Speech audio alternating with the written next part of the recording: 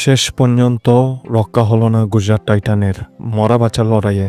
শেষ পর্যন্ত মুম্বাই ইন্ডিয়ান্সের কাছে হারিয়ে গুজরাট টাইটান হয়ে যায় বিদায়। আর আজকের ম্যাচের দুর্দান্ত মুম্বাই চলে গিয়েছে সেমিফাইনালে।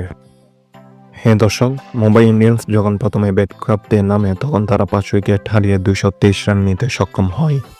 দলের হয়ে সর্বোচ্চ রোহিত শর্মা করেন 81 রান 50 বলে। দ্বিতীয় সর্বোচ্চ 22 বলে 47 করেন জনি বেয়ারস্টো। গুজরাট টাইটান যখন এর বিপরীতে ব্যাট করতে নামে তখন শুভমান গিল প্রথম চলে যায়। তাদের একটা মেইন ব্যাটসম্যানের পতন হয়, সে করে 2 বলে 1 রান। তবে দলকে একা টেনে নিয়ে যাচ্ছিলেন সুদর্শন, মাত্র 48 বলে করেন 80 রানের একটি দুর্দান্ত ইনিংস। দুর্দান্ত সঙ্গী দিচ্ছিলেন ওয়াশিংটন জুনোস। তারা যেভাবে ব্যাটিং করছে এতে মনে হচ্ছিল 1-2 উইকেট আগে অথবা 1-2 ওভার নির্দিষ্ট ওভারের আগে তারা তাদের জয় ছিনিয়ে নেবে, কিন্তু তার হয়নি। শেষ দিকে বুমরার আটেক অনেক ক্লিয়ার বোলিং করে বোল্ড আউট করে ফেলেন ওয়াশিংটন সুন্দরকে।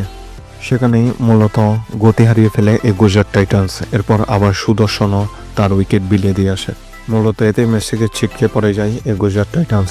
লাস্টে লাগে 12 বলে 36 রান। সেখানে আবার 18তম ওভারে উইকেট দিয়ে দেন এই ব্যাটসম্যান রাদারফোর্ড। এরপর শেষ ওভারে লাগে 24 রান 6 বলে। সেখানে এই সুযোগটা আর নিতে পারেনি গুজরাট টাইটান্স।